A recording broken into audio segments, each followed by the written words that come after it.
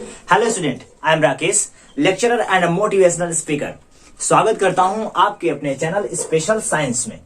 आज की टॉपिक में हम लोग पढ़ेंगे एंडोप्लाज्मिक रेटिकुलम, जो सेल की टॉपिक से उठा के लिया गया है। आज इसके कार्यों के बारे में, ये प्रेजेंट कहां होता है और क्या इसका वर्क प्ले होता है हमारी कोशिकाओं के अंदर, इसके बारे में, सभी चीजों के बारे में पढ़ा जाएगा। छोटा सा टॉपिक है, 5 से 8 मिनट या 10 मिनट के अंदर सब सारी चीजें क्लियर हो जाएंगी। फिगर है, पहले तो सिचुएशन जान जाइए। सबसे पहले किसी चीज की सिचुएशन जान जाते हैं, वो उपस्थित कहां है, तो सारी चीजें एकदम पूरी तरह से स्पष्ट हो जाती हैं। ये देखिए न्यूक्लियस है, और ये न्यूक्लियस को हिंदी में कहते हैं केंद्रक। केंद्रक डबल लेयर ऑलरेडी धारण करता है, और इसी के ऊपर गोल्गी कॉम्प्लेक्स और एंडोप्लाज्मिक रेटिकुलम दोनों उपस्थित होता है। दोनों साइड पे मैंने एंडोप्लाज्मिक रेटिकुलम आपको समझाना था, तो मैंने इसकी जो प्लेस थी थोड़ी सी बड़ी कर दी है, मतलब समझाने के लिए बड़ा बना दिया है। बनाना बहुत ही आसान है। आप बस न्यूक्लियस जैसे ही बन जाता है, न्यूक्लियस के ऊपर एक ऐसे तीरनुमा छोटी संरचना खींचकर बस एक प्लेट की नुमा संरचना बनाते जाइए, और इंटरनल एक प्लेस में बीच में इरेज करिए, इसको बढ़ाइए और यहां से भी आगे बढ़ाते जाइए। कहीं से भी इसका प्लेस इरेज करिए, इस साइड से इरेज करिए, यहां से ऐसे बढ़ाते, ऐसे बनते हुए चला जाता है।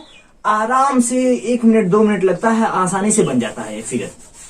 अब क्लियर रहिएगा, फिगर आसानी से बन जाता है। इसके बारे में थोड़ा समझ लेते हैं, इसका कार्य क्या होता है। खास करके इसकी खोज के बारे में थोड़ा सा पढ़ते हैं। तो इसकी खोज के.आर. पोर्टर नामक वैज्ञानिक ने, किसने? के.आर. पोर्टर नामक वैज्ञानिक ने 1945 ईस्वी में की। क्लियर है?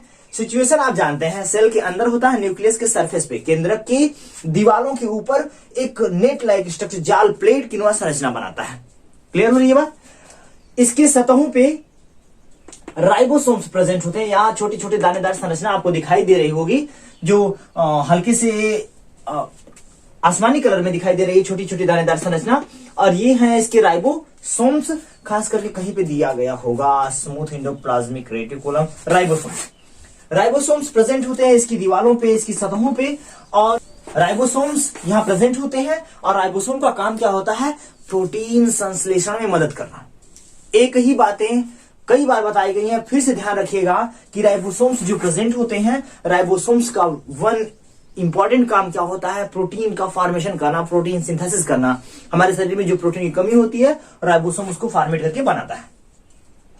एंडोप्लाज्मिक रेटिकुलम 2 टाइप्स के होते हैं, राइबोसोम की प्रेजेंटिंग के कारण। किसके उपस्थिति कारण? राइबोसोम की उपस्थिति कारण ये 2 प्रकार के होते हैं, एक रफ एंडोप्लाज्मिक रेटिकुलम और एक स्मूथ एंडोप्लाज्मिक। रफ मतलब खुरदुरा, और स्मूथ मतलब प्लेन, चिकना। क्लियर?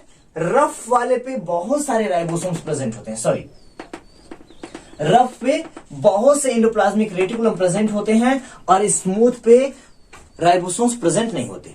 अब चूंकि राइबोसोम दानेदार संरचना होती है, पूरी तरह से बिछी होती है, तो भाई खुरदुरा हो जाता है, रफ वह प्लेस दिखाई देता है, और इसीलिए इसे कहते हैं रफ एंडोप्लाज्मिक रेटिकुलम। अर्थात यहां पे, अब बताइए आप, राइबोसोम ऑलरेडी रफ वाले पे प्रेजेंट है, तो यहां पे क्या होगा? प्रोटीन का फॉर्मेशन होगा, अर्थात प्रोटीन फॉर्मेशन में ये भाग लेता है। कौन भाग लेता है? Rough endoplasmic reticulum. और स्मूथ भाग नहीं लेता है। यहां मैंने पेन डाउन किया है कि स्मूथ जो एंडोप्लाज्मिक रेटिकुलम होता है, वो राइबोसोम प्रोटीन फॉर्मेशन में भाग नहीं लेता है, और रफ क्या करता है? भाग लेता है। मैंने बहुत शार्ट में लिखा ताकि आपका टाइम बहुत ज्यादा एक्सपेंड ना हो। वंस अगेन फिर से समझिए, यह न्यूक्लियस है, न्यूक्लियस की सरफेस पे प्लेट लाइक स्ट्रक्चर ड्रा होता है, जिसे हम कहते हैं एंडोप्लाज्मिक रेटिकुलम। इसकी खोज के.आर. पोर्टर नामक वैज्ञानिक ने की। राइबोसोम की उपस्थिति और अनुपस्थिति के कारण ये 2 प्रकार के होते हैं, एक स्मूथ होता है और एक रफ होता है। स्मूथ जो चिकने होते हैं, उस पे राइबोसोम्स नहीं प्रेजेंट होते हैं, इसलिए इसमें प्रोटीन का फॉर्मेशन नहीं होता है, और जो रफ होते हैं, खुरदुरे होते हैं, वो प्रोटीन के फॉर्मेशन में भाग लेते हैं। क्लियर? कार्य समझिए, इसका कार्य क्या है कि यह कोशिका को आंतरिक शक्ति प्रदान करता है। अरे भैया, हमारी हड्डियां जो होती हैं, बताइए, अगर हड्डियां शरीर से निकल जाए तो एकदम शरीर लुंज पुंज हो जाएगा, गिर जाएंगे, चल नहीं पाएंगे। हमारी हड्डियां क्या कर रही हैं? हमारे शरीर को आंतरिक शक्ति प्रदान कर रही है, मजबूती प्रदान कर रही हैं। सेम ऐसे यह भी, इंडोप्लाज्मिक रेटिकुलम कोशिका के अंदर उपस्थित होता है, केंद्रक की दीवारों पे होता है, लेकिन यह कोशिका को क्या करता है, आंतरिक शक्ति प्रदान करता है, अंदर से स्ट्रांग बनाता है। कौन? Endoplasmic reticulum. दूसरा क्या भैया?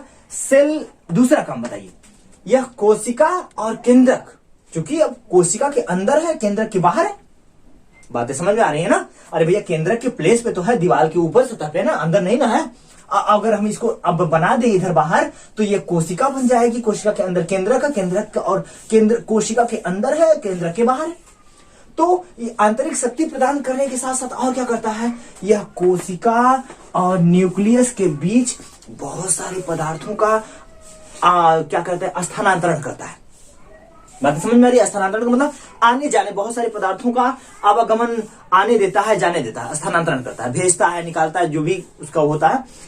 आप अपनी भाषा में समझिएगा कि ये कोशिका और केंद्रक के बीच बहुत सारे पदार्थों का स्थानांतरण, आवागमन करता रहता है। क्लियर हो रही बात? नेक्स्ट कार्य समझिए, यह वसा हमारे बॉडी में जो फैट का फॉर्मेशन होता है उसमें भाग लेता है, वसा के संश्लेषण में भाग लेता है। कौन बाबू?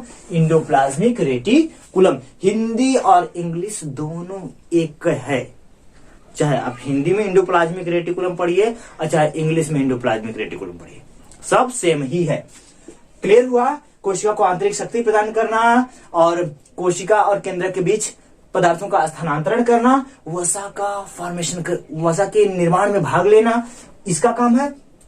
और स्मूथ इंडोप्लाज्मिक रेटिकुलम, यहां पे जो था स्मूथ वाला, रफ वाला तो भाई प्रोटीन का फॉर्मेशन करने में भाग ले रहा था। स्मूथ क्या करता है, ग्लाइकोजन को ग्रहण, संग्रह करता है, स्टोर करके रखता है हमारी बॉडी में, जैसे हमारा लीवर करके रखता है।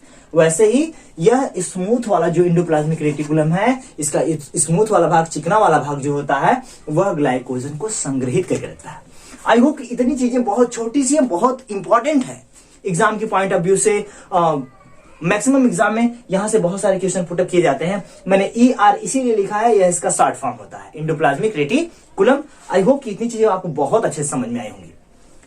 मेरे वीडियो को देखने के लिए आपको बहुत बहुत थैंक यू। मेरे वीडियो को शेयर कर दीजिएगा अपने नए और पुराने समस्त दोस्तों तक, ताकि हमारी साइंस की फैमिली खूब डेवलप कर सके और हम लोग बड़े मजे के साथ पढ़ाई कर सके।